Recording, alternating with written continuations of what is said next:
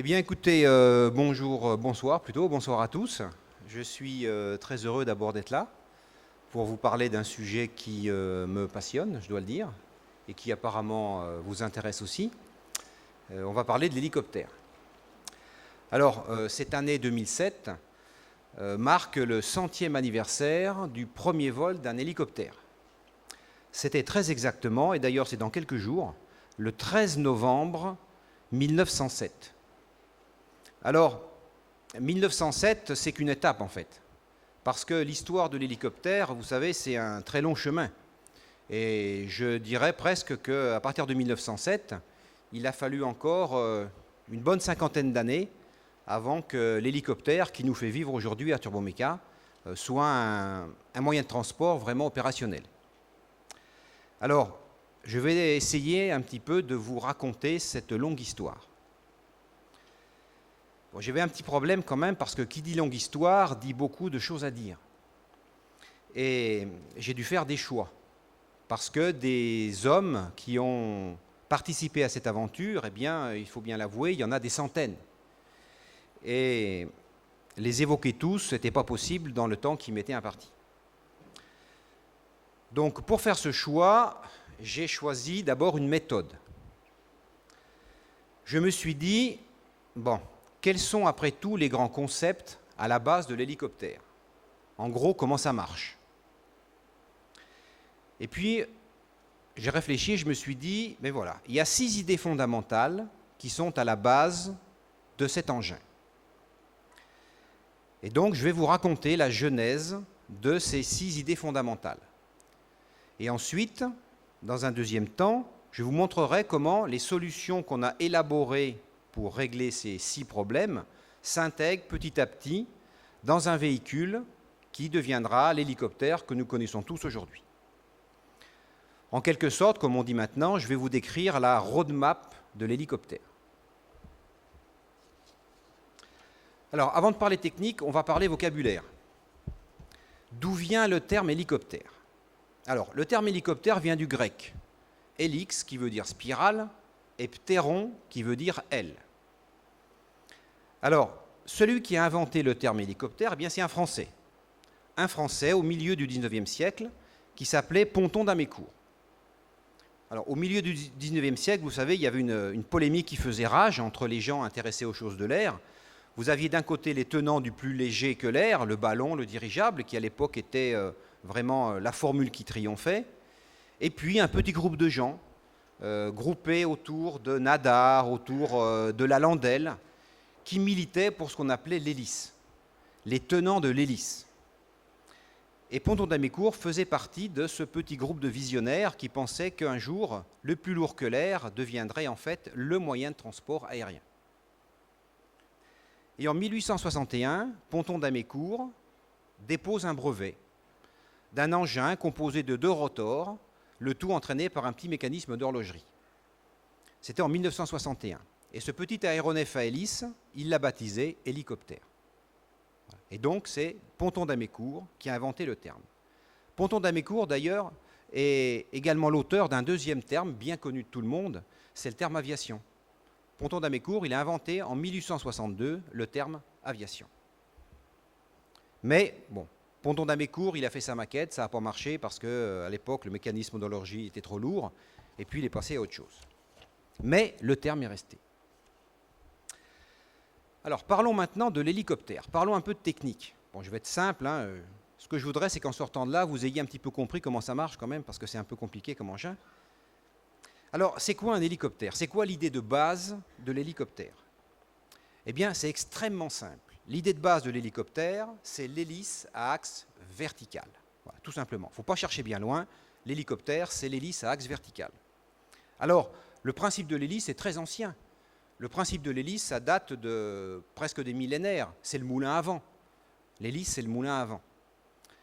Mais le premier pas décisif, je dirais, vers l'hélicoptère, ça a été de comprendre que l'air peut être porteur. Ça a été un pas décisif.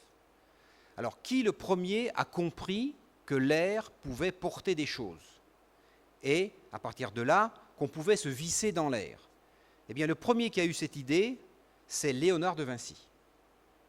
quelque part, à la fin du XVe siècle, vers 1490, Léonard de Vinci, il a fait un dessin bien connu, qui est celui-ci, qui est le premier dessin d'un engin à décollage vertical.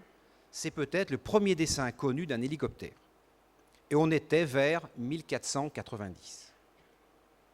Ça, c'est l'idée. Maintenant, l'idée, ce n'est pas tout. Encore faut-il passer en pratique. L'idée est simple, mais il faut réussir à faire voler une machine. Et pour faire voler une machine de cette formule, eh bien, il y a 6 problèmes fondamentaux à régler. Quels sont-ils? Ils sont résumés sur cette planche. Les 6 problèmes, c'est l'anticouplage, l'aérodynamique de la pale, comment monter, comment descendre, comment se diriger, comment supporter les efforts au sein de la mécanique, et enfin, comment animer, comment donner de l'énergie à ce véhicule. Donc on doit traiter ces 6 problèmes, trouver des solutions, et puis ensuite fabriquer des véhicules, c'est-à-dire intégrer les solutions dans ces véhicules, et puis faire voler l'ensemble. Premier problème, l'anticouplage. Alors c'est quoi l'anticouplage? L'anticouplage, ça vient d'un vieux principe bien connu, le principe d'action-réaction. Vous avez tous entendu parler du principe d'action-réaction. Vous savez, vous avez un corps, vous poussez le corps, et puis en retour, le corps vous renvoie une force égale et de force opposée. C'est le principe d'action-réaction, par exemple, qui explique que je sois là, sur l'estrade, parce que mon poids appuie sur le plancher, et puis le plancher me renvoie un effort dans l'autre sens. Ce qui fait que tout ça, ça s'équilibre, et puis je ne traverse pas le plancher. Voilà, c'est le principe d'action-réaction. Alors, le principe d'action-réaction, il est très intuitif quand on pousse les choses. C'est le recul du fusil, quoi, quand on tire. Mais le principe d'action-réaction s'applique aussi sur des efforts de rotation. C'est-à-dire que quand vous essayez de faire tourner quelque chose, que vous appliquez un couple mécanique, eh bien, ce quelque chose vous renvoie un couple dans l'autre sens, identique. Et donc, si vous ne faites rien, vous tournez en sens inverse de la mécanique que vous faites tourner. Il y a un problème. Il y a un problème parce que être dans un fuselage tourné en sens inverse du rotor, c'est quand même pas terrible. Donc il faut trouver une solution. C'est le problème de l'anticouplage. Alors, ce qui est intéressant dans le problème de l'anticouplage, vous allez voir, c'est que la manière dont on résout le problème de l'anticouplage, ça définit en fait la formule de l'hélicoptère. L'architecture d'un hélicoptère est fonction avant tout du choix que vous faites pour régler le problème de l'anticouplage. Alors, historiquement, le premier anticouplage qui est apparu, je dirais le plus intuitif, ça a été de se dire, c'est simple, je vais coupler 2 rotors. Au lieu d'entraîner un seul rotor, j'entraîne un deuxième rotor dans l'autre sens. Et donc les couples de réaction s'équilibrent et je ne bouge plus. Et historiquement, c'est vrai que tous les premiers dessins d'hélicoptères étaient des birotors coaxiaux. C'est le cas de cette machine qui est le premier hélicoptère connu. C'est une machine qui a été imaginée par un Russe qui s'appelait Lomonosov. Lomonosov, c'était un fils de pêcheur qui a eu la chance de rencontrer dans sa vie un moine qui lui a fait faire des études. Et puis Lomonosov est devenu un grand humaniste russe. Et parmi ses multiples activités, comme tous les humanistes de l'époque, il avait la physique et la mécanique. Et Lomonosov, en 1754, il a construit cette petite machine, un espèce de jouet animé par un mécanisme d'horlogerie, qui entraînait 2 rotors, l'un au-dessus de l'autre, contrarotatifs, tournant en sens inverse tous les 2. Et il a fait des expérimentations, il a un système de poulies, de poids, il a vérifié que ça marchait, c'est-à-dire qu'il n'a pas décollé, parce que le rapport poids-puissance était bien trop important pour l'époque, mais il a montré quand même, avec son petit dispositif, que la machine s'allégeait, c'est-à-dire que l'ensemble des rotors tirait en quelque sorte la machine vers le haut. Alors, Lomonosov, donc il a fait tourner sa machine, il n'a pas réussi, il est passé à autre chose, parce qu'à l'époque, il avait beaucoup d'autres activités, particulièrement historiques, mais dans ses écrits, on trouve une chose très intéressante. Parce que Lomonosov, avec ses petites manipulations, avec sa petite balance, il avait trouvé un grand principe, qui est le principe, je dirais, le principe de l'aviation. Lomonosov, il a écrit que j'ai constaté une raréfaction de l'air au-dessus des rotors et une compression de l'air sous les rotors. Eh bien, basiquement, toute l'aviation est là. Parce que vous savez, qu'est-ce que c'est qu'un avion? C'est jamais un engin qui a une espèce d'aile. C'est quoi une aile? Vous savez, c'est une forme. L'air arrive par en dessous avec une certaine vitesse, ça pousse par en dessous, des pressions dessus. C'est l'aviation. Lomonosov, en 1754, avait compris ce qu'il fallait faire pour décoller dans l'atmosphère. Bon, mais il n'avait pas réussi. Alors, les premiers qui ont réussi, c'est des Français. C'est des Français qui s'appelaient Launois et Bienvenu. Alors, on est en 1784, et Launois et Bienvenu, ils font une petite machine, un jouet en fait, qui pèse 85 grammes, qui est cette machine-là. Alors c'est quoi? C'est tout simplement extrêmement simple. C'est 2 rotors quadripales, montés en haut et en bas d'une tige, et l'ensemble est mu par quoi? Un élastique, tout simplement. Ça pèse 85 grammes et ça marche.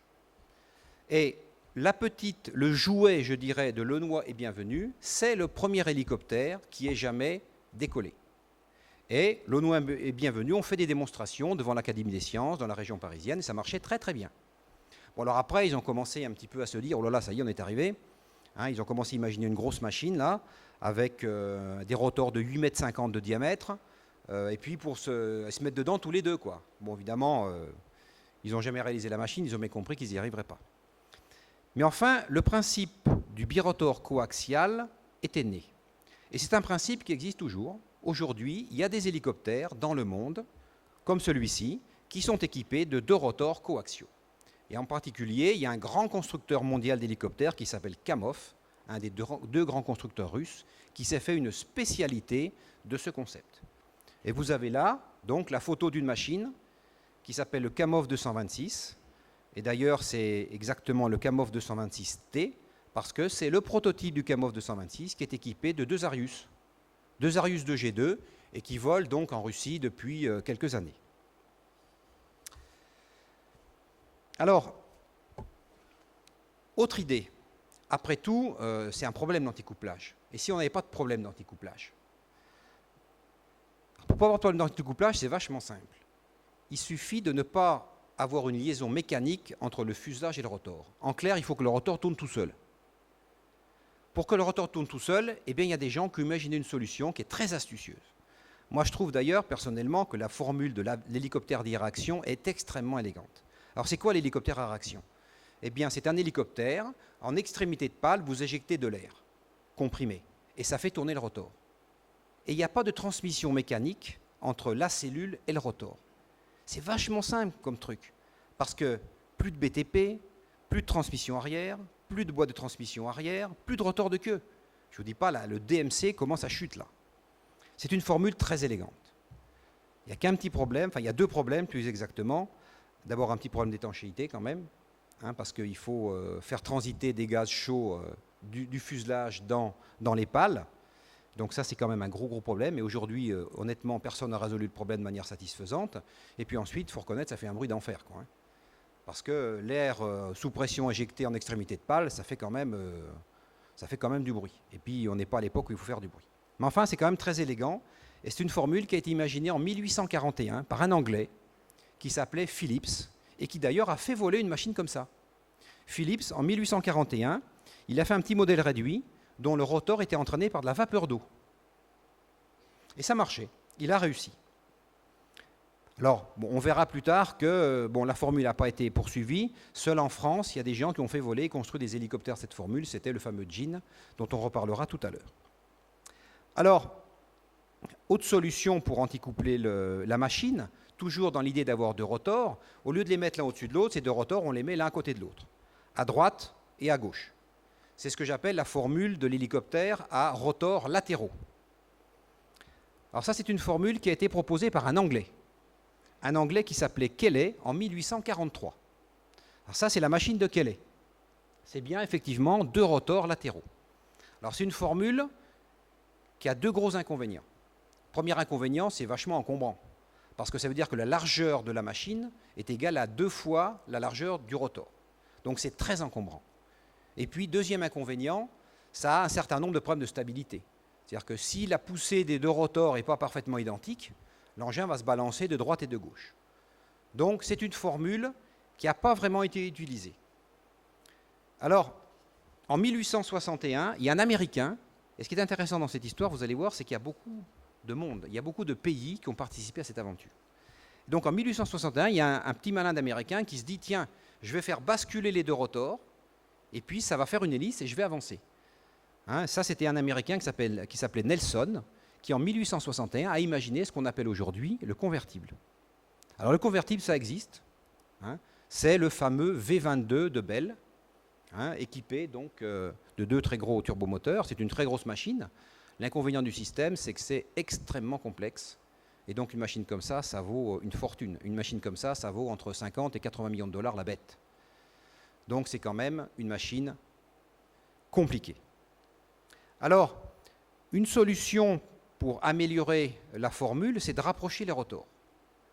Bon, évidemment, le problème, il ne faut pas que les rotors, les pales se touchent quand ça tourne.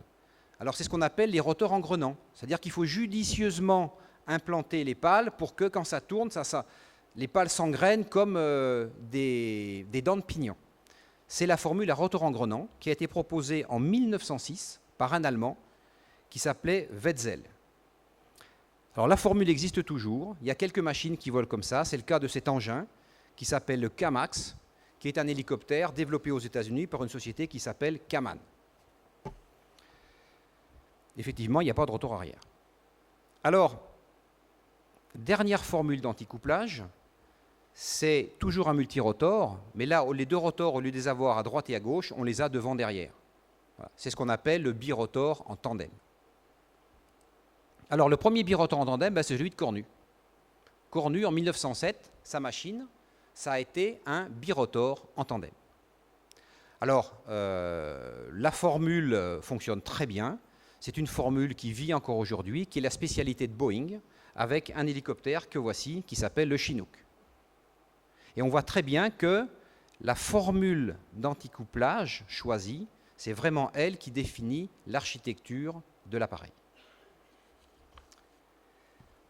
Alors, on a vu jusqu'à présent soit des formules à plusieurs rotors, ce qui est très simple, soit des formules sans rotor arrière, où le rotor principal s'entraîne tout seul.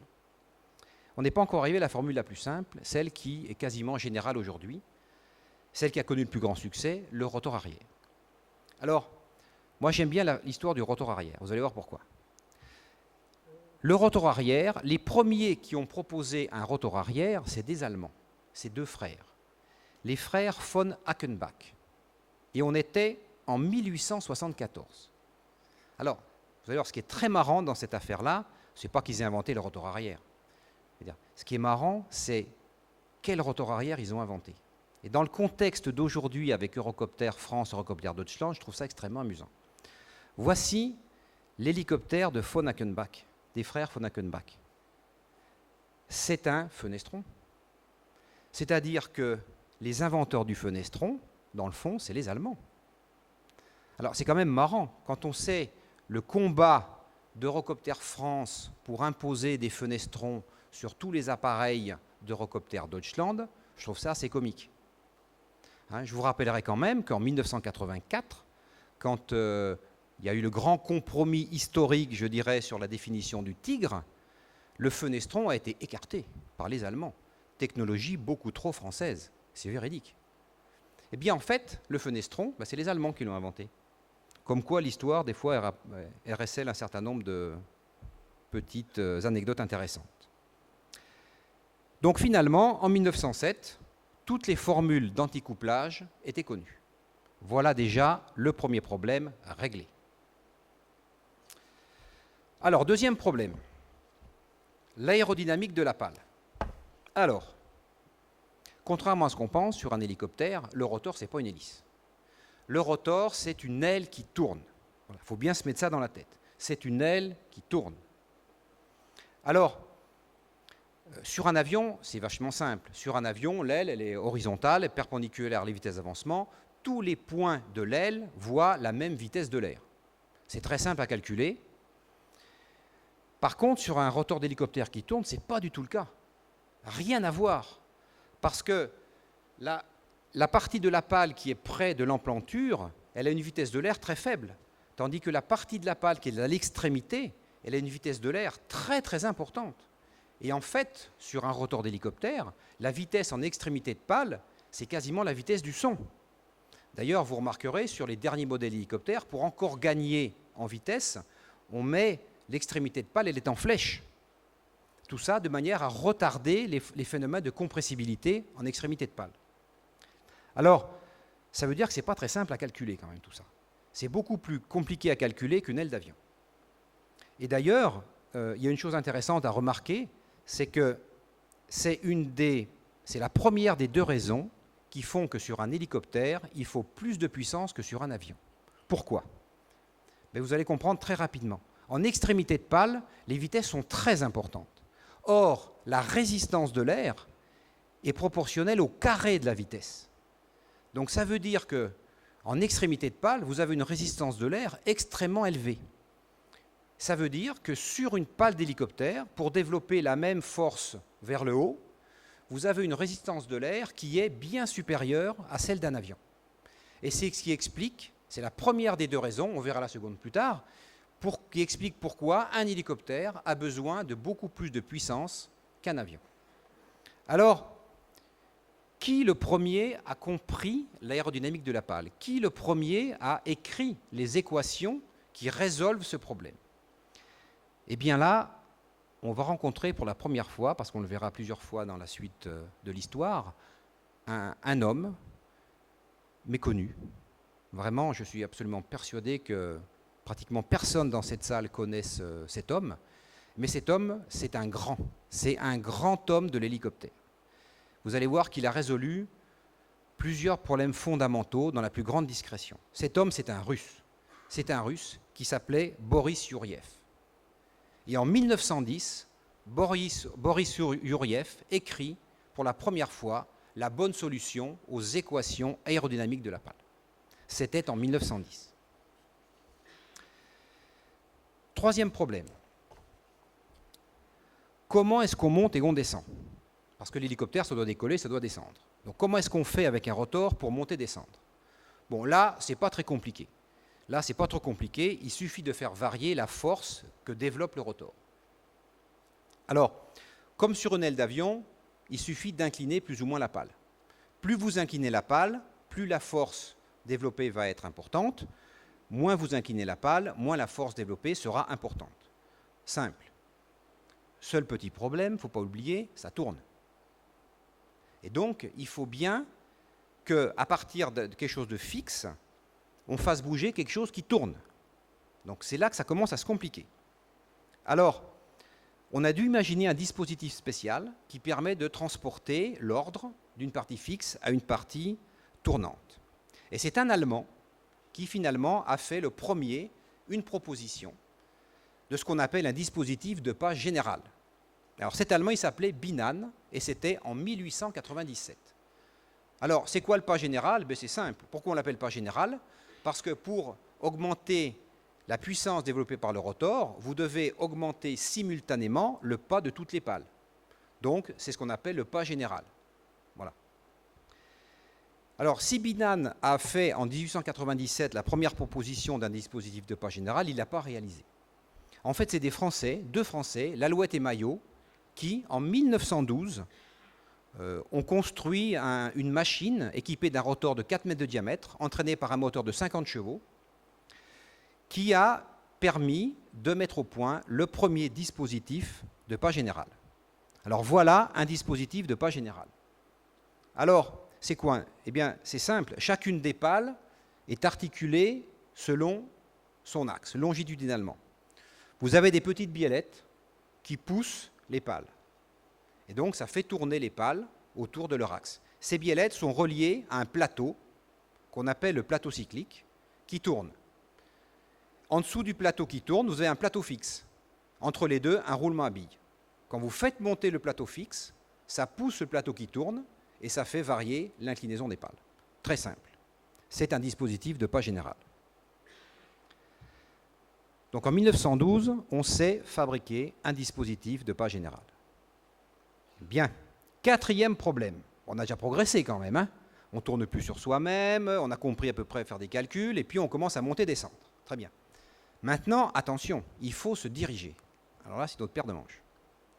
Et honnêtement, se diriger, ça a été le problème le plus long à régler.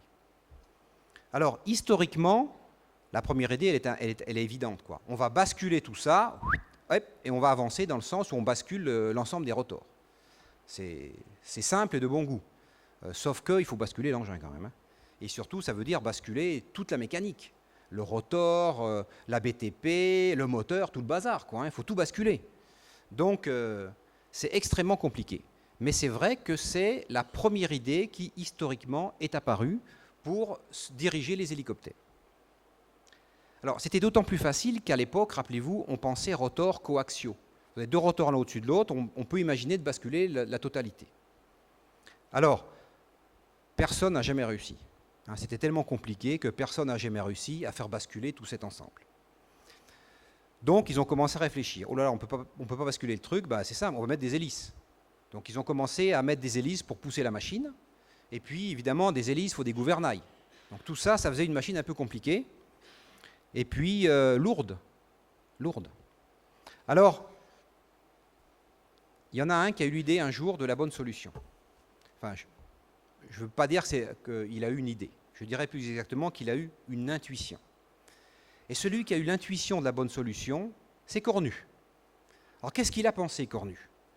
Cornu, je pense qu'il devait faire du bateau, à rame, là, comme ça. Et il s'est dit, tiens, je vais faire comme sur un bateau. Avec mes pales, je vais ramer. Je vais ramer dans l'air. C'était l'intuition. Mais ramer, vous savez, quand vous ramez sur un bateau, quand vous ramenez la pale, vous inclinez, et puis pour ramener la pale, la rame plutôt, hop, il faut changer l'inclinaison pour éviter d'avoir trop de résistance dans l'eau. Le mieux, c'est encore carrément de la sortir de l'eau. Hop, hop. Ça veut dire que l'idée de Cornu, c'était de dire, je vais faire varier sur un tour. Quand ma pale va faire un tour, je vais ramer d'un côté, puis je vais la ramener de l'autre. Bon, ça ne marche pas, parce que pendant que la pale revient, il n'y a plus de sustentation, ça fait comme ça, quoi. Mais enfin, l'idée était là. L'idée, c'était, je fais varier sur un tour le pas de la pale. Alors, celui qui a compris que de cette intuition, on pouvait faire quelque chose, c'était aussi en 1908, c'était Breguet. On reviendra sur Breguet tout à l'heure. Breguet, il a compris qu'on pouvait faire quelque chose de l'idée de Cornu. Bon, mais à l'époque, Breguet, il a changé d'avis. Hein, on en parlera tout à l'heure aussi. Breguet, à l'époque, il s'est dit, oh là là, les hélicoptères, c'est trop compliqué, il n'y a pas de moteur assez puissant, je laisse tomber, je fais des avions. Et l'idée est restée en l'air. Mais il y a quelqu'un qui a repris l'idée au vol. Et celui qui a repris l'idée, eh bien, c'est notre Russe, Boris Yuriev. C'est Boris Yuriev qui a trouvé la solution. Parce qu'en fait, c'était très simple, la solution. Et moi, personnellement, je trouve que la solution est d'une élégance extraordinaire. Vous savez, dans la vie scientifique, il y a des choses élégantes. Moi, enfin, c'est mon avis personnel, il y a une certaine esthétique là-dedans. Et c'est vrai que la solution imaginée par Yuriev, elle est fondamentalement esthétique. Parce qu'elle était, mais alors, d'une simplicité biblique. Qu'est-ce qu'il s'est dit, Yuriev? Il s'est dit, bon, j'ai mon plateau cyclique. Ok, quand ça monte, ça descend, je fais varier la totalité des pales. Mais si au lieu de le faire monter horizontal, je le fais monter comme ça, ou comme ça, ou comme ça, eh bien quand je fais monter comme ça, je fais varier le pas de la pale sur un tour. C'est tout bête. C'est de la géométrie pure. Mais c'est génial comme idée. Et Yuriev, il a inventé ce dispositif qui est simplement une petite modification du dispositif de pas général plateau cyclique qui consiste simplement à ne pas faire monter horizontalement le plateau. Alors en 1911, eh bien, Yuriev, c'est le premier qui a construit un tel dispositif. Il a combiné pas cyclique et pas général dans un dispositif et il l'a construit. Alors, quatrième problème réglé de manière très élégante. Cinquième problème. Alors tout ça, c'est de la mécanique quand même. Hein. Il faut voir qu'une pale, ça pèse quelque chose. Et puis ça tourne. Donc tout ça, ça a des efforts. Alors, très précisément, il y a 4 efforts sur une pale. D'abord, vous avez le poids. Évidemment, la pale, elle a un poids, premier effort. Deuxième effort, la portance. Hein, elle est faite pour ça, elle porte. Troisième effort, la résistance de l'air qui empêche la pale de tourner. Ça, c'est les 3 forces que vous avez sur une aile d'avion. Mais là, il y a une autre chose. Parce que le truc, il tourne. Et là, il y a un effort beaucoup plus important que les autres, très important, c'est la force centrifuge, qui tente à arracher la pale de son axe. Et cette combinaison des 3 efforts de l'aile plus de la force centrifuge, ça fait que quand vous emmanchez la pale sur son axe, on a des efforts de flexion qui sont monstrueux. Et ça ne peut pas tenir. En gros, ça ne peut pas tenir. Et surtout, à l'époque, au début du XXe siècle, ça ne pouvait pas tenir. Alors, c'est là qu'intervient un grand pionnier de l'aviation française, un gars aussi un peu méconnu, qui s'appelle le colonel Charles Renard. Je pense que certains d'entre vous ont entendu parler de Charles Renard. Charles Renard, c'est un grand pionnier de l'aviation française. C'est l'homme qui a fondé le premier établissement scientifique aéronautique au monde. Hein, le premier ONERA, en quelque sorte. Et cet établissement, c'était l'établissement de Chalais-Meudon. D'abord consacré aux dirigeables, aux plus légers que l'air, et puis ensuite à des études sur la sustentation, les hélices et les profils d'avions. Et en 1904, Renard, il a dit, bon, votre truc, ça ne peut pas marcher si vous n'articulez pas les pales. Renard dit, c'est vachement simple la solution. Vous n'avez qu'à laisser la pale s'orienter toute seule dans le bon sens. Et comme ça, vous n'avez pas tous ces efforts de torsion. Donc il faut que la pale soit équipée à son emplanture d'une espèce de cardan qui permette à la pale de s'orienter dans tous les sens. Et donc, en 1904, notre ami Renard, eh bien, il a l'idée. Alors, bon, il n'a pas trop poursuivi parce que Renard, il n'était pas très bien compris de ses supérieurs hiérarchiques. Il a passé son temps à trouver des financements pour ses travaux, il a un peu galéré, le brave homme. Et puis finalement, il est mort d'une crise cardiaque. Paf, à son bureau en 1905, il est mort d'une crise cardiaque. Bon. Et en fait, on a reconnu Renard que bien après sa mort. Mais enfin, l'idée était là. Et de l'idée, il a fallu passer à la réalisation. Alors, qui a réalisé les premières articulations de pale opérationnelles? Eh bien, c'est un Espagnol. C'est un Espagnol qui s'appelait Juan de la Cierva. Alors, Juan de la Cierva, c'est l'inventeur de l'autogire. Je ne sais pas si ça vous dit quelque chose, l'autogire.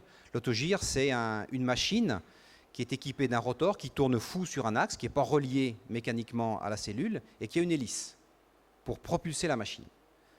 La machine, l'hélice se met en route, donc la machine avance, poussée par l'hélice, et puis, entraînée par le vent relatif, le rotor tourne.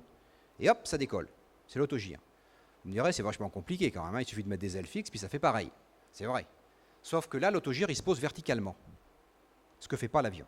Voilà. C'est l'intérêt de l'autogire, c'est un engin qui décolle horizontalement et qui se pose verticalement. Alors, Juan de la Cierva, c'était un Espagnol, c'était le fils d'un ministre de la guerre qui faisait de l'aéronautique, c'est lui qui a construit le premier bombardier bimoteur espagnol. Et puis après la Première Guerre mondiale, en 1919, il s'est intéressé aux voilures tournantes. Et puis il s'est dit, tiens, la formule de l'autogire, c'est vachement bien, je vais m'occuper de ça. Et en 1922, la Cierva réalise la première pale avec une articulation qu'on appelle une articulation de battement, comme ça, dans l'axe vertical. Il a fait voler une machine comme ça, c'était encore pas terrible, il fallait rajouter une articulation comme ça. Et en 1928, la Cierva fait voler une machine équipée d'une première articulation combinée, battement plus traînée. Alors depuis, ça a vachement évolué, hein. Vous avez là, par exemple, le design d'un rotor de gros hélicoptères. Quand vous regardez, vous retrouvez les 3 articulations. L'articulation autour de l'axe, l'articulation de traînée et l'articulation de battement. Voilà. C'est une tête rotor. 1928. Dernier problème. La motorisation. Alors, la motorisation, c'est un des problèmes clés. Pour 2 raisons. La première raison, je vous l'ai expliqué, c'est le fait que pour faire tourner le rotor, il faut beaucoup d'énergie, parce que la résistance de l'air est très élevée. Mais il y a une deuxième problématique. C'est ce qu'on appelle en quelque sorte la finesse de l'hélicoptère. L'hélicoptère, c'est vraiment pas un engin fin. Vous allez comprendre pourquoi. Parce que fondamentalement, c'est quoi un rotor? Un rotor, c'est un disque qui tourne. Il faut vous imaginer, vous représentez le rotor comme un disque. Et qu'est-ce qu'on fait quand on veut diriger l'hélicoptère? On bascule le disque dans le sens du mouvement. Sauf que quand on bascule le disque, ça commence à faire une grosse surface qui s'oppose à l'avancement. Et donc la résistance de l'air opposée par le disque au mouvement est très importante, beaucoup plus importante que sur un avion. Pour vous donner un ordre de grandeur, vous prenez par exemple un Airbus, style Airbus 320, le rapport entre la portance, c'est-à-dire l'effort vertical, et la résistance de l'air est de l'ordre de 15. La portance est à peu près 15 fois supérieure à la résistance de l'air. Eh bien, sur un hélicoptère, ce n'est pas 15, c'est 3 ou 4. Et donc, il faut tirer la bête. Donc, quand vous additionnez la puissance nécessaire pour faire tourner le rotor à la puissance nécessaire pour faire avancer la machine, il faut des moteurs beaucoup plus puissants pour faire la même fonction que sur un avion. C'est le prix à payer pour le décollage et l'atterrissage vertical. Il y a toujours un prix à payer, là, c'est la puissance. Alors, c'est pour ça que le moteur, c'est vachement important dans l'hélicoptère. Et en fait, vous allez voir que c'est uniquement grâce à la turbine qu'on a pu trouver des moteurs qui développaient une puissance suffisante dans une masse suffisamment petite. Seule la turbine a permis de vraiment rendre l'hélicoptère un engin extraordinaire. Et ça, eh bien, ça ne s'est pas fait avant la fin de la Deuxième Guerre mondiale. C'est durant la Deuxième Guerre mondiale qu'on a eu les matériaux, la technologie, l'aérodynamique, les méthodes de calcul suffisantes pour faire les premières turbines à gaz. Et donc ce n'est qu'à partir de 1945-1946 qu'on a pu se dire, tiens, on va faire des turbomoteurs. Et là, on retrouve quelqu'un qu'on connaît tous très bien, puisque le premier qui s'est dit, tiens, je vais faire des petits turbomoteurs, c'est Józef Sidowski. Et Józef Sidowski, en 1947, il fait tourner une première petite machine, mais alors un truc ridicule, qui s'appelait la TT 782, une petite machine qui faisait 80 chevaux à l'époque, qui était le premier turbomoteur. Et ce TT 782, eh bien, il s'est transformé petit à petit, il est devenu l'Oredon, qui a été homologué au début des années 50 à 110 chevaux. Et puis de l'Oredon, on a fait un moteur, dont on reparlera également tout à l'heure, qui s'appelle l'Artust. L'Artust, et l'Artust 2, précisément, a été le premier moteur vraiment adapté à l'hélicoptère. Et donc, en 1954-55, on a réglé le dernier problème permettant de faire voler ces engins. Alors, on se résume. 1754, on invente le premier anticouplage. 1897, on a compris comment monter et descendre. 1908, on sait se diriger. 1910, on sait calculer tout ça. 1928, ça tient. Et 1956, il y a assez d'énergie pour que ce soit utilisable. Conclusion, 200 ans. Il a fallu 200 ans entre la première maquette d'un hélicoptère et l'hélicoptère vraiment opérationnel. Voilà. Alors, ça, c'est les solutions problème par problème. Alors, après, il a fallu bâtir des véhicules. À partir des solutions, faire des engins, comme on dit, qui volent, enfin du moins qui essayent de voler. Alors, des engins, il y en a eu des dizaines et des dizaines. Il faut faire des choix là aussi. Et donc, j'ai choisi un certain nombre de machines qui, pour moi, représentent un certain nombre d'étapes fondamentales dans l'intégration de la technologie de l'hélicoptère. Bon, la première, évidemment, quand même, à tout seigneur, tout honneur, c'est la machine de Cornu. Donc, on va parler un peu de Cornu. Bon, qui était Cornu ? Quand on voit la machine, on devine tout de suite que Cornu, c'est un mécanicien. Effectivement, Cornu, c'était un mécano. C'était quelqu'un qui habitait à Lisieux, qui était né en 1881 et qui s'occupait de vélos et d'automobiles. Et puis, vous savez, c'était le début du siècle, du XXe siècle. Et donc, l'ambiance, l'aéronautique, l'aviation, tout ça, on sent que le plus lourd que l'air va décoller. Et puis, Cornu, tout de suite, il pense à l'hélicoptère. Alors, d'ailleurs, c'est assez marrant, finalement, que dans l'histoire de l'aviation, je dirais, on ait commencé par penser à des hélicoptères. Et c'est vrai, quand vous regardez historiquement, la première idée qui est venue aux gens, ça a été de décoller verticalement. Et c'est vrai, ça, partout. L'idée de dire on va faire rouler un engin pour décoller, c'est devenu un peu plus tard. Tout de suite, les gens ont pensé, allez, on va réussir à décoller verticalement. Alors pourquoi ça ? Eh bien, parce qu'à l'époque, et ça c'est quand même c'est un phénomène très général, les gens n'avaient pas compris le concept d'énergie de puissance. Jusqu'au début du XXe siècle, presque dans les années 1910, les gens pensaient dans leur tête qu'en démultipliant le mouvement avec des leviers, poum poum, on allait s'envoler. Et ça, c'est très général. Et ils n'avaient pas intégré le concept d'énergie et de puissance. Le concept est arrivé très tard dans les esprits. Et c'est pour ça que les gens pensaient qu'on allait faire comme les oiseaux, quoi. On allait battre quelque chose et puis ça allait décoller. Alors, Cornu était un peu dans cet état d'esprit. Et il a fait cette machine. Alors, cette machine, c'est une espèce de cadre avec quatre trous de vélo. Vous avez un moteur qui est planté au milieu et puis qui entraîne 2 rotors avec des courroies. Alors, la machine pèse quand même 260 kg, hein, pilote compris. Les 2 rotors tournent à 85 tours minute. Et puis, tout ça, c'est motorisé par un petit moteur, un moteur Antoinette de 24 chevaux. Alors, le moteur Antoinette, c'est un des premiers moteurs à piston aéronautique. C'est une machine qui a été designée, mise au point par un homme qui s'appelait Levavasseur. Hein, et il a baptisé son moteur Antoinette parce qu'Antoinette, c'était le prénom de la fille de son commanditaire. C'est une machine qui a été utilisée sur beaucoup d'avions de l'époque. Et Cornu, il avait acheté un moteur comme ça, et puis il a essayé de mettre au point sa machine. Alors là, il est tombé sur un gros problème. Cornu, il est tombé sur le fait que ça patinait. Ça paraît bête comme ça, hein, mais il a eu beaucoup de problèmes à régler le problème du patinage de ses courroies. Et ça a pris plusieurs mois. Hein, il a commencé à faire tourner son engin en août 1907, et puis il a fallu attendre ce fameux 13 novembre 1907 pour qu'enfin il réussisse à faire décoller sa machine. Et donc, pour la première fois, le 13 novembre 1907, un engin équipé de 2 rotors se soulève du sol avec un homme à bord, sans que personne retienne la bête. Parce qu'il y en a d'autres qui avaient tenté de décoller, mais il fallait tenir l'engin, sinon ça partait dans tous les sens. Mais lui, vraiment, sa machine était autonome. Bon, c'est vrai, il est monté d'1 mètre, hein, mais bon, ça fait rien, c'était le principe. Et c'est le premier vol d'un hélicoptère. Alors, qu'est-ce qu'il est devenu, Cornu? D'ailleurs, c'est assez marrant. L'histoire de Cornu est intéressante, assez amusante, parce que, après ses premiers essais, la machine, elle a commencé à fatiguer, hein, parce que c'est quand même de la mécanique légère. Hein. Cornu, il savait qu'il ne fallait pas faire trop lourd. Ça a commencé à casser un peu dans tous les coins.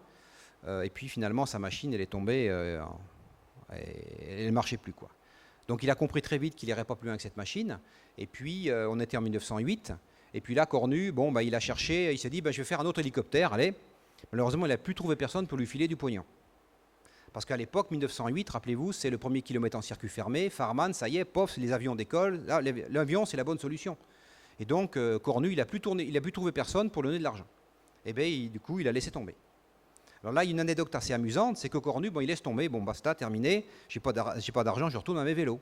Mais j'ai un moteur de 24 chevaux, l'Antoinette, quand même, ça vaut du fric, ça. Parce qu'à l'époque, Cornu, son moteur, il l'avait acheté 6000 francs or.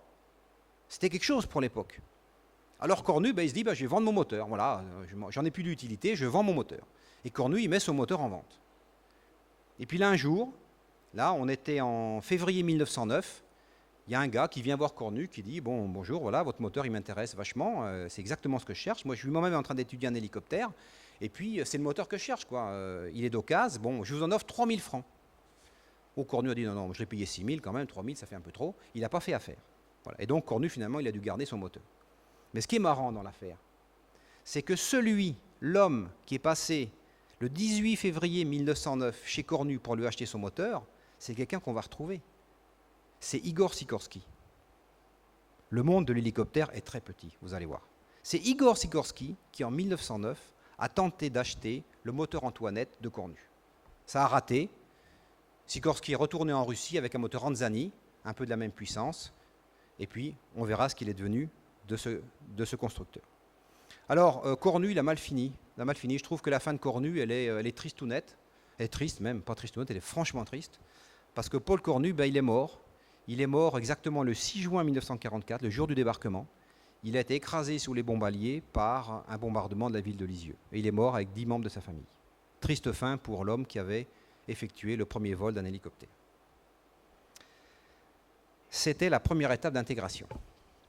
Deuxième étape d'intégration. Alors là, on retrouve notre Russe. Boris Youriev. Voici la machine de Boris Youriev. Alors, je vais dire quelques mots de Youriev, parce que Youriev, c'est un Russe qui est né à Smolensk, et on peut le considérer comme le premier grand pionnier de l'hélicoptère. Il a commencé à dessiner un premier projet en 1909. À l'époque, il avait fait un coaxial, comme tout le monde, avec un moteur Gnome de 50 chevaux. Bon, rapidement, il s'est rendu compte que ça ne marcherait pas, et il a opté pour la formule que vous voyez là, à savoir un monorotor avec un rotor arrière. Et c'est là qu'il a, pour cet appareil-là, qu'il a dessiné le dispositif de pas cyclique et de pas général. La photo que vous avez là, elle vous montre l'engin avant qu'il ait installé son dispositif. Alors, en 1911, il a présenté la synthèse de ses travaux au premier congrès russe d'aéronautique. C'était à Saint-Pétersbourg en 1911. Et puis, en 1912, il a essayé de faire voler cette machine. Alors, vous allez voir, on le retrouve souvent dans l'histoire d'hélicoptères, il a bataillé la mise au point. Parce que toutes ces machines, c'est quand même très compliqué, il y a beaucoup d'efforts dans tout ce qui tourne. Et tous nos pionniers, ils ont mis des mois et des mois avant de commencer à faire marcher leurs engins. Et bien lui, c'est pareil. Youriev, il a passé un certain nombre de mois, sinon d'années, à mettre au point sa machine. Et puis malheureusement pour lui, on était déjà en 1913, 1914, la Première Guerre mondiale est arrivée, et puis Youriev a dû interrompre ses travaux. Il a interrompu ses travaux, mais il les a repris. Après la guerre, après la Première Guerre mondiale, donc Youriev est rentré à ce qu'on appelle le Tsagi. Alors le Tsagi, c'est quoi? Eh bien le Tsagi, c'est un monument, le Tsagi. Le Tsagi, c'est le grand institut soviétique d'aéronautique. C'est du Tsagi que sont nées toutes les grandes conceptions de l'aéronautique russe. Et en 1926, le Tsagi décide de créer un département hélicoptère. Et c'est Boris Youriev qui prendra en charge le département hélicoptère du Tsagi en 1926. Et Youriev a donc été le premier ingénieur en chef d'un bureau d'études consacré aux hélicoptères. Il a continué sa carrière, il est mort en 1957. Alors un truc marrant aussi au Tsagi, c'est qu'à peu près à la même époque, je ne sais plus, peut-être en 27 ou 28, le Tsagi a créé un autre département, cette fois-ci consacré aux autogires. Et celui qui, en 1928, a été chargé du département autogire du Tsagi, c'est quelqu'un dont on a déjà parlé, c'était Kamov. Et Kamov a commencé sa carrière à faire des autogires au Tsagi. Puis ensuite, après la Deuxième Guerre mondiale, il a fait ces fameux hélicoptères Birotov. Le monde est petit. Alors, troisième étape, un Français, Étienne Ouemichon. Alors, Ouemichon, c'était un centralien, central-Lyon, qui était en fait un ingénieur de chez Peugeot.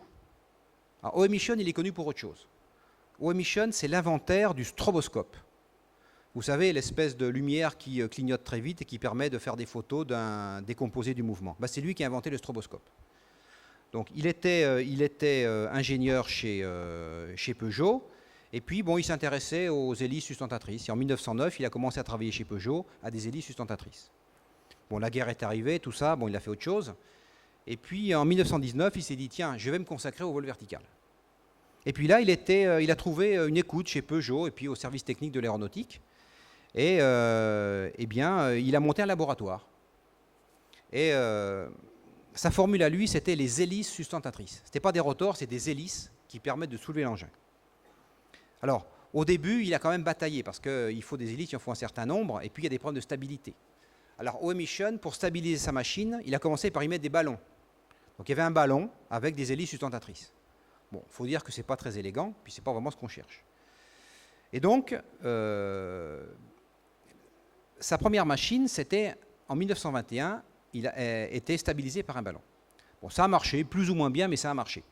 Et en 1921, il obtient un marché d'études de la part du service technique pour cette fois-ci développer un véritable hélicoptère. Et l'hélicoptère d'Ouemichon, c'est celui que vous avez sur la photo. Un monstre. Un monstre. Une machine incroyablement compliquée. 12 hélices, horizontales, verticales, dans tous les sens, pour assurer la sustentation, la stabilité, la direction. Le tout accompagné de volets. Un carnage, quoi. un espèce de bâti en tube. Hein, vous voyez, on le voit bien, là, il est assis à l'arrière de sa machine. Enfin, c'est quand même monstrueux, quoi. C'est monstrueux, et quand même, ça pèse 900 kg. Et pour 900 kg, vous avez qu'un petit moteur de 120 chevaux. C'était un peu gonflé. Alors, en 1922, il a commencé à mettre au point son engin. Et puis là, bon, évidemment, il a galéré, quoi, hein. Ça a duré des mois, des mois. Ça a été très long, délicat. Il y a toujours une hélice qui ne marchait pas bien. Ça partait à droite, à gauche, dans tous les sens. Et puis finalement, le 1er mai 1923, tant bien que mal, il a réussi à faire un premier aller-retour avec sa machine. 60 mètres. Aller, retour. Il avait progressé. Alors, il a continué ses augmentations. Là, il a eu un accident. Il s'est cassé la figure. Là, paf, il est tombé de 15 mètres quand même, hein, le père Ouemichon. Il s'est fait très mal. Il est parti à l'hôpital. Et puis, il a continué. Et en mai 1924, le 4 mai 1924, très exactement, il a fait le premier kilomètre en circuit fermé qu'un hélicoptère. C'est-à-dire que sa machine, alors il faut lire, quoi, hein. Dire, le truc, c'est quand même, ça se baladait dans tous les sens, comme ça, à 3 mètres d'altitude. Il a réussi, miraculeusement, à faire 1 kilomètre en circuit fermé. Enfin, ce n'était pas un truc carré, ça avait une vague forme de circuit fermé. Mais il avait réussi. Et Ouemichon est le premier homme qui ait fait 1 kilomètre en circuit fermé qu'un hélicoptère. Alors, Ouemichon, il a continué à travailler sur sa formule, mais bon, il faut être clair, hein, la formule n'avait pas tellement d'avenir. Il a travaillé quand même jusqu'en 1937, hein, c'est-à-dire que le STAE lui a financé ses travaux jusqu'en 1937, hein, c'est pas mal. Hein. Bon, finalement, il a laissé tomber. Et puis, Ouemichon, qu'est-ce qu'il est devenu? Il est rentré au Collège de France, hein, carrément, il est devenu professeur au Collège de France. Il a pris à l'époque ce qu'on appelait la chaire d'aérolocomotion mécanique et biologique, la classe, quoi. Et comme ça, il a été professeur pendant 17 ans au Collège de France. Il s'amuse au Collège de France. Hein. Et puis il est mort en 1955 d'une crise cardiaque. Alors, dernière petite anecdote intéressante. Ouemichon, où est-ce qu'il est enterré? Il est enterré à Arbouins, qui est le lieu où il a fait son premier kilomètre en circuit fermé. Et puis finalement, témoignage quand même de son intervention dans le monde de l'hélicoptère. Sa dépouille a été transportée par hélicoptère quand même jusqu'à son lieu de repos définitif. C'était en 1924. La prochaine étape, eh bien, elle est aussi française. Il se trouve que c'est comme ça. Et la prochaine étape, c'est cet engin. Le Breguet d'Oran. Bon, alors, qui était Breguet? Breguet, vous connaissez Breguet, enfin du moins j'espère quand même que vous connaissez Breguet. Louis Breguet était le plus grand constructeur d'avions en France entre les deux guerres mondiales. C'est-à-dire entre 1919 et 1939, le premier constructeur français d'avions, c'était Breguet, les usines Breguet. Breguet, c'est le Breguet 14 de la Grande Guerre, le bombardier emblématique français de la Première Guerre mondiale. C'est ensuite le Breguet 19. Le Breguet 19, c'est un monomoteur qui a battu un nombre incalculable de records, qui a fait tout un tas de vols historiques, des grands raids. Et puis, Breguet donc, a fabriqué des avions, et longtemps d'ailleurs, puisque l'activité de Breguet a été très très longue. Il a repris ses activités après la guerre. C'est lui, l'Alpha Jet, c'est un dessin Breguet. Et puis il a fini par le Jaguar quand même. Le Jaguar, l'Adour, le Jaguar, c'est un avion Breguet. Et puis en 1971, la société Breguet a été absorbée par Dassault Aviation. Alors Breguet, en fait, il a commencé comme tout le monde par les hélicoptères.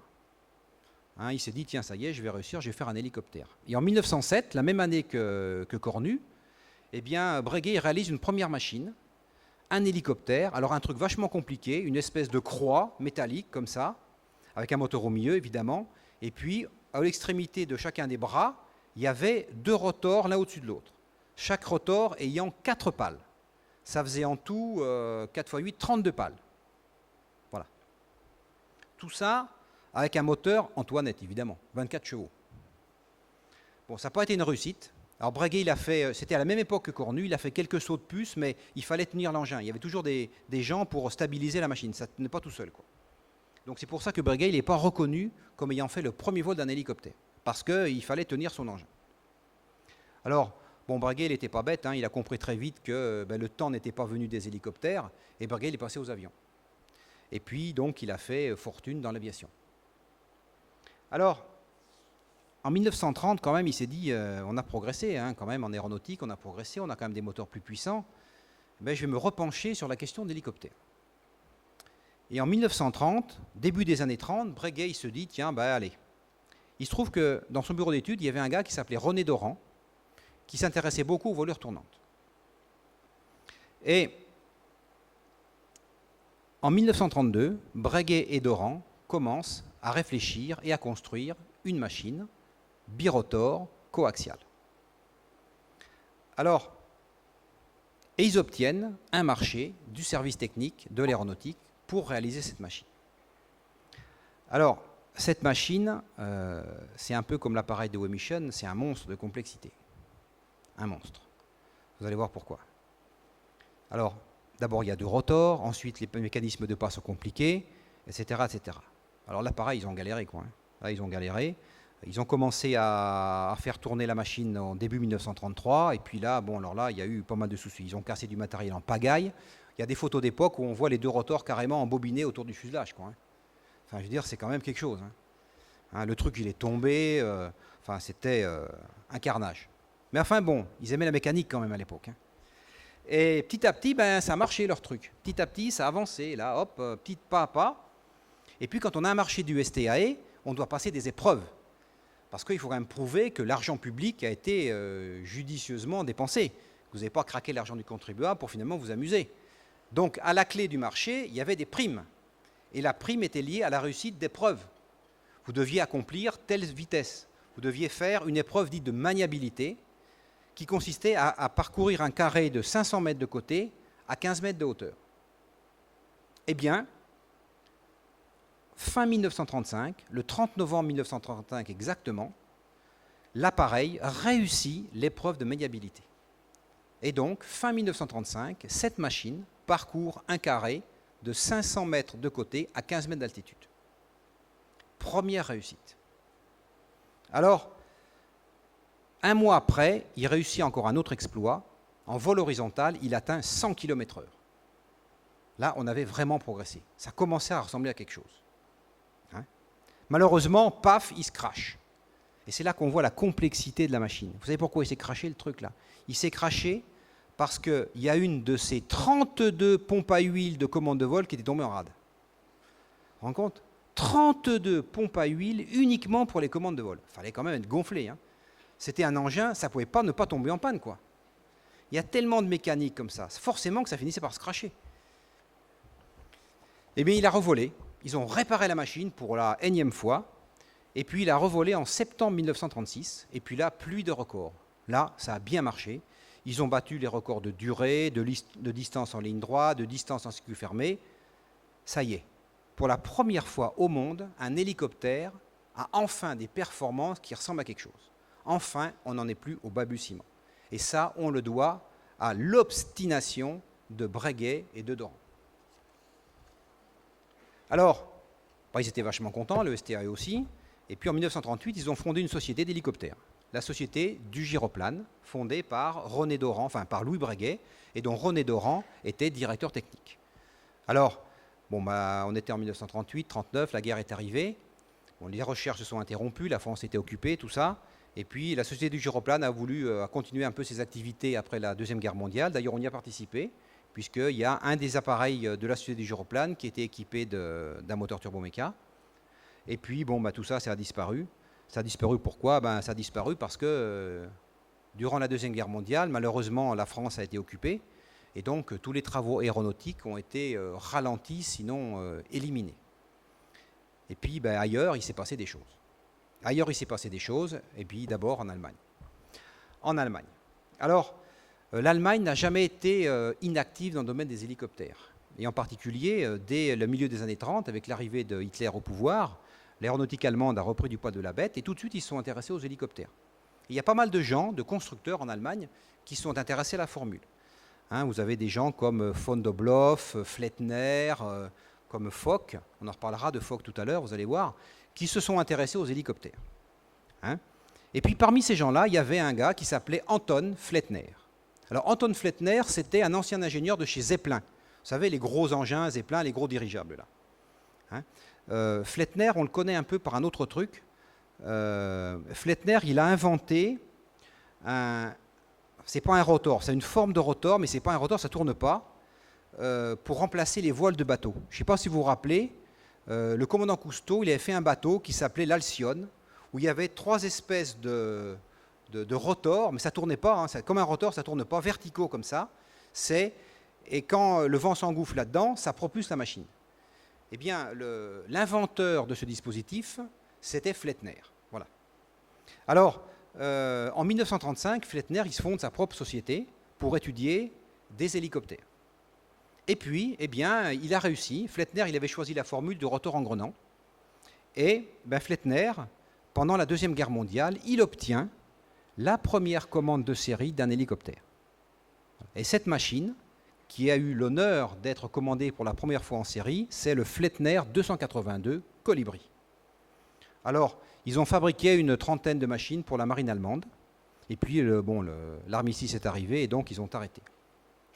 Et le Colibri, on le retrouve aujourd'hui. Hein, le Colibri, c'est aussi le nom de l'EC-120 d'Eurocopter maintenant. Et le Colibri, c'est donc le premier hélicoptère jamais commandé en série. Alors ça, c'était en Allemagne. Mais il s'est passé mieux ailleurs. Il s'est passé mieux aux États-Unis. Et là, on rencontre un homme qui a une vie extraordinaire, incroyable, et qui aujourd'hui symbolise l'hélicoptère. Monsieur Hélicoptère, le grand Igor, Igor Sikorsky, l'homme au chapeau mou. Oui, il est célèbre pour son chapeau. D'ailleurs, à Stratford, à l'usine Sikorsky, ils ont pieusement conservé le bureau d'Igor tel qu'il était quand il a disparu. Et dans un coin du bureau, il y a le petit chapeau mou d'Igor. Voilà. J'ai eu la chance de voir le chapeau mou d'Igor. Voilà. Donc, Igor Sikorsky. Alors, Igor Sikorsky, il y a beaucoup de similitudes, vous allez voir, entre la carrière d'Igor Sikorsky et celle de Louis Breguet qu'on a évoquée tout à l'heure. Alors, Sikorsky, il a commencé, mais tout jeune, hein, dès qu'il était adolescent, à dessiner des hélicoptères. Vraiment, c'était un truc qu'il avait dans le cerveau reptilien, là, comme dirait mon ami Kando. Hein. Donc c'est lui, en 1908, qu'on trouve à Paris pour chercher un moteur pour son premier hélicoptère. Alors, bon, comme il n'a pas fait affaire avec Cornu, il est rentré en Russie avec un moteur Anzani qui faisait à peu près la même puissance. Et puis là, il a testé sa première machine. Évidemment, un birotor coaxial. Bon, paf, échec. Bon. Alors, lui aussi, il a été malin. Il s'est dit, bon, l'hélicoptère, ça a l'air un peu quand même un peu balèze, là, c'est peut-être pas le moment. Donc, je vais continuer, je vais faire 2 choses. Je vais faire un deuxième hélicoptère, mais en même temps, je vais faire un avion. Comme ça, j'assure mes arrières. Et Sikorsky, donc, en 1910, il lance la construction d'un deuxième hélicoptère et d'un avion. Bon, évidemment, l'hélicoptère, ça n'a pas marché, parce que ce n'était pas l'heure. Par contre, l'avion a très très bien marché. Et c'est là qu'Igor entame ce qu'on appelle sa première vie. Parce qu'Igor, il est célèbre pour ses 3 vies, Igor Sikorsky. Sa première vie, c'est comme constructeur d'avions en Russie. Et entre 1910 et 1917, Sikorsky a été un grand constructeur d'avions en Russie. Sikorsky est le premier qui ait dessiné un bombardier quadrimoteur. Il faut le faire quand même. Hein. Il a fait un engin monstrueux, un truc qui devait faire 25 ou 30 mètres d'envergure, avec 4 moteurs, en clair une cage à poules quadrimoteur. C'était gonflé. Et cette machine a été construite en série par les Russes et utilisée par les Russes pour bombarder les troupes allemandes qui attaquaient le pays en 1917, enfin en 1914. Bon, évidemment, là, ça a mal tourné pour les Russes. En 1917, c'est la paix de Brest-Litov et le conflit s'arrête. Et puis alors là, en plus, c'est la révolution. Donc Igor, discrètement, il s'en va. Il vient en France. Et puis en 1919, il émigre aux États-Unis. Et là, Igor attaque sa deuxième vie. Deuxième vie d'Igor, constructeur d'avions aux États-Unis. Et là, il réussit. Il commence par construire des avions, puis finalement, il réussit dans l'hydravion. Sikorsky est un de ceux qui ont fait des hydravions commerciaux dans l'entre-deux-guerres. Il a fini d'ailleurs par une énorme machine, le VS-44, qui était un très bel hydravion quadrimoteur à coque, dont un exemplaire existe encore, qui a été rénové chez Sikorsky. On peut le voir à West Palm Beach, au centre d'essai en vol de Sikorsky. Il y a le VS-44 rénové, une très grosse machine. Mais quand même, l'hélicoptère, ça le travaillait, le père Igor. Il n'a jamais oublié la formule. Et à la fin des années 30, comme Breguet, il se dit, tiens, l'heure est peut-être venue de réaliser un hélicoptère. Et là, il choisit une formule. Il s'est dit, je vais aller au plus simple, contrairement à Breguet. je vais choisir la formule du monorotor avec rotor de queue. Voilà. Alors, il y a un petit inconvénient à la formule. C'est vrai que la formule, elle est plus simple qu'un multirotor. Elle est plus simple parce qu'il n'y a pas de rotor déjà. Hein. C'est plus léger, c'est moins compliqué, mais il y a un inconvénient. C'est que le rotor de queue, quelque part, ça consomme de la puissance, parce qu'il faut entraîner le rotor de queue. Et cette puissance que vous mettez dans le rotor de queue, qui représente 20 à 25% de la puissance de l'hélicoptère, quand même, ce n'est pas négligeable, elle ne sert pas à la sustentation. Donc c'est vrai qu'avec un dispositif comme ça, il faut un peu plus de puissance. Mais à l'époque, on avait quand même des moteurs légers et performants relativement. Eh bien, 1937-1938, Igor construit sa machine et le 14 septembre 1939, quelques jours après le déclenchement de la Deuxième Guerre mondiale en Europe, eh bien, cette machine, qui s'appelle le VS-300, décolle pour la première fois.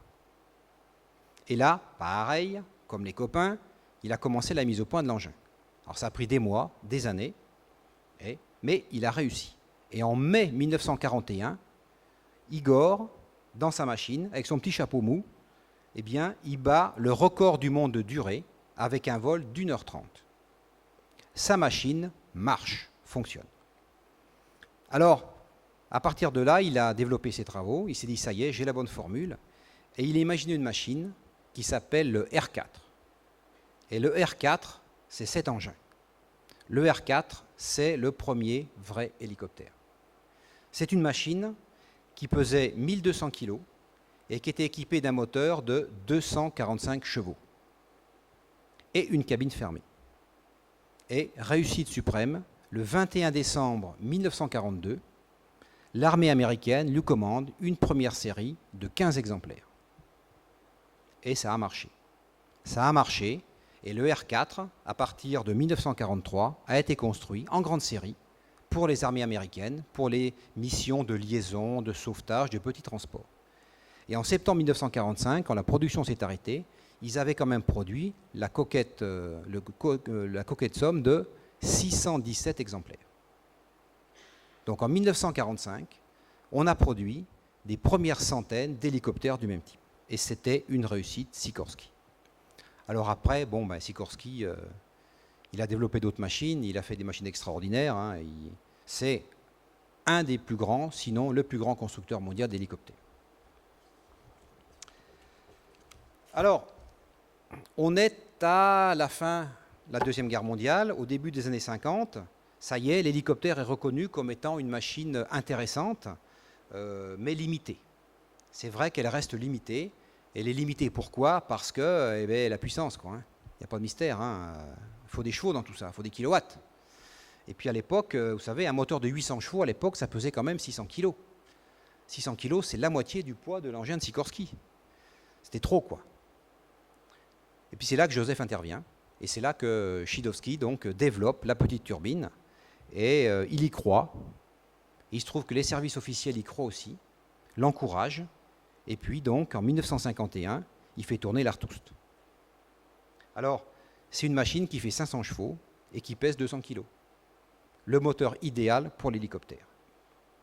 Alors, et il se trouve qu'en France, à l'époque, il y avait beaucoup d'hélicoptères. C'est ça qui est intéressant. C'est intéressant parce que la France est devenue un des grands pays de l'hélicoptère. Et ça, c'est une volonté politique. Alors, il y a eu beaucoup. Pourquoi il y a eu beaucoup? Parce qu'à l'époque, il y avait une certaine concurrence entre les constructeurs. Il faut remonter à 1936. Entre 1919 et 1936, en France, on avait un nombre incalculable de constructeurs d'avions. C'est hallucinant. Le nombre de gens qui construisaient, de sociétés qui construisaient des avions. Ça se compte presque en centaines. Évidemment, tout ça, ce n'était pas très rationnel. Et en 1936, intervient donc l'arrivée du Front populaire, la décision, paf, on nationalise et on rationalise l'industrie aéronautique. Et en 1938, on crée en France ce qu'on appelle les sociétés nationales. Et chaque société nationale portait le nom d'une région. Vous avez la Société nationale de construction aéronautique du Nord, du Centre, Sud-Ouest, Sud-Est, etc. Et au sortir de la Deuxième Guerre mondiale, ces sociétés existaient toujours sous la même forme. Et parmi toutes ces sociétés nationales, il y en a 3 qui se sont lancées dans l'hélicoptère. Et ce qui est marrant, c'est que les 3 ont choisi des formules différentes. Tout d'abord, il y a eu Centre, la Société nationale de construction aéronautique du Centre, qui, elle, est partie sur un truc, ils n'avaient pas peur quand même, hein, ce qu'on appelle des machines thermopropulsées. Alors là, ils sont allés franco. La machine thermopropulsée, c'est un hélicoptère à réaction, c'est-à-dire dont le rotor est entraîné par un débit d'air, et là, c'est carrément un réacteur qui débite dans les pales. Gonflé quand même. Hein. Ça marchait, hein, mais enfin bon, ça n'a pas marché longtemps. Ce qui fait que très rapidement, ils ont abandonné la formule. Exit Centre. Alors après, deuxième société qui se lance là-dedans, SN Caso, Sud-Ouest. Là, pareil, formule du rotor à réaction. Mais là, un peu plus astucieux, c'est que pas quand même le jet d'un réacteur qu'on balance dans les pales, c'est le débit d'air d'un compresseur. C'est-à-dire qu'il y a une machine, quand on a un compresseur, et ce compresseur, l'air comprimé va dans les pales, ça fait tourner le rotor. C'est la formule du GIN. Voilà. Et là, Turbomeca fournit un moteur qui s'appelle le Paloust. Et ça marche. Ça marche. Le GIN a été construit en série, petite série, 150 exemplaires à peu près, mais petite série quand même. Malheureusement, la formule, comme je l'ai expliqué tout à l'heure, elle n'a pas eu beaucoup d'avenir parce que problème d'étanchéité, quoi, hein, et puis bruit. Donc SN Caso, ils ont fait le GIN, puis après ils ont été absorbés, tout ça, il y a eu tous des regroupements, et puis finalement ils ont disparu. Alors, qui a trouvé la bonne formule? Eh bien, c'est la SNKZ. La SNKZ Sud-Est, Marignane. Alors, la bonne formule, c'était quoi? C'était celle de Sikorsky, tout simplement. Mais qui en France a introduit la formule ASICO? C'est les Allemands. Encore une fois, on retrouve nos Allemands. Vous savez, à Turbomeca, le début des turbines à gaz, c'était un bureau d'études allemand, BMW, qu'on a rapatrié d'Allemagne et qui ont commencé à dessiner des machines avec nous. Eh bien, en 1945, les autorités françaises sont allées chercher en Allemagne des scientifiques et ils ont récupéré l'équipe du professeur Fock. Alors Fock, c'est un grand. Fock, c'est un grand constructeur allemand. Dans l'entre-deux-guerres, Fock avait bâti une société qui s'appelait la société Focke-Wulf. Et la société Focke-Wulf, c'est elle qui a produit un des deux grands chasseurs allemands de la Deuxième Guerre mondiale. Pendant la Deuxième Guerre mondiale, il y avait deux grands chasseurs en Allemagne, le Messerschmitt 109, construit à 33 000 exemplaires, qui était motorisé par un moteur Daimler-Benz, et puis le Focke-Wulf 190, qui était une machine motorisée par un moteur BMW, en étoile, qui était construit également à une vingtaine de milliers d'exemplaires. Et le professeur Fock était donc le fondateur de cette société, mais Fock, un peu comme Breguet et Sikorsky, il s'intéressait à l'hélico. Ça leur trottinait tous dans la tête quand même ce vol vertical.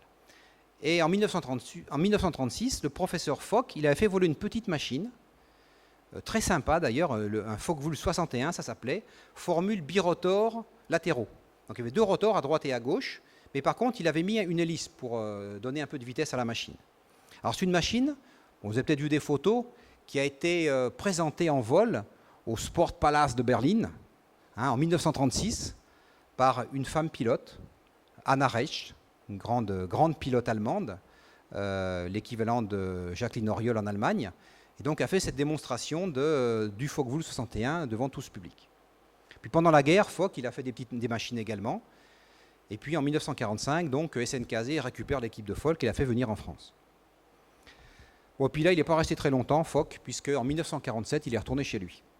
Il est retourné chez lui, mais il avait laissé un dessin, un petit dessin d'un petit hélicoptère à SNKZ.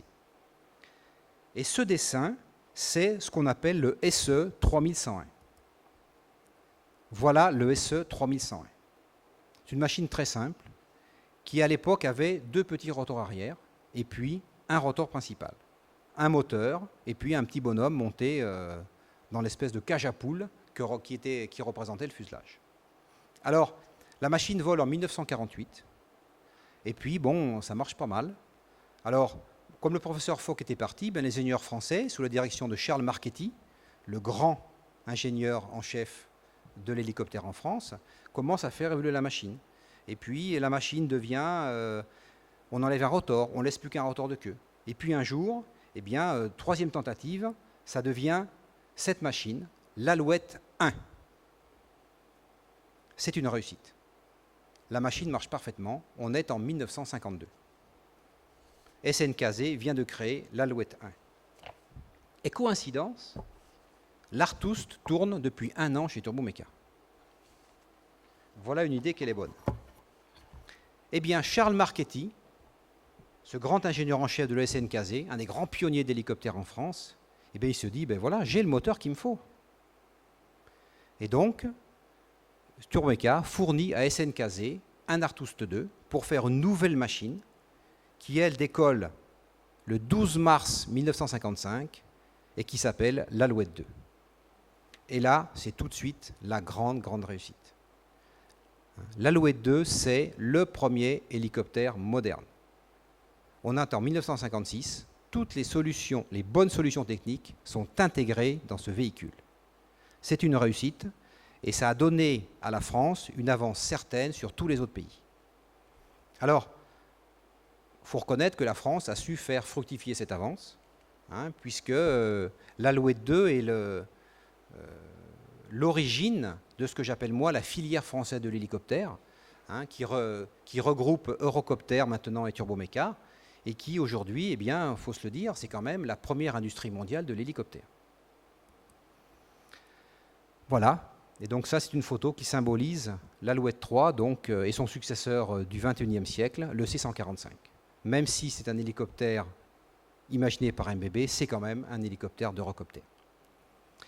Et avec le C-145, on a vraiment maintenant des machines parfaitement opérationnelles. Alors, finalement, il a fallu 200 ans entre le jouet de Lomonosov et puis ces machines. 200 ans, c'est beaucoup. C'est beaucoup et c'est peu à la fois. Il y a beaucoup d'hommes qui ont travaillé là-dedans. J'en ai cité que quelques-uns parce que je ne pouvais pas en parler tout le monde. Il y en a bien d'autres dont on pourrait parler. Mais bon, j'ai dû faire un choix et puis j'espère que ce choix vous conviendra. J'espère surtout que ce choix vous aura aussi permis de mieux comprendre comment ça marche. Parce que c'est vrai que ce n'est pas toujours très facile de comprendre comment marche un hélicoptère. J'ai essayé de simplifier au maximum. J'espère que j'ai réussi. Et puis surtout, j'espère que vous avez passé un bon moment. Enfin, en tout cas, moi, c'est le cas.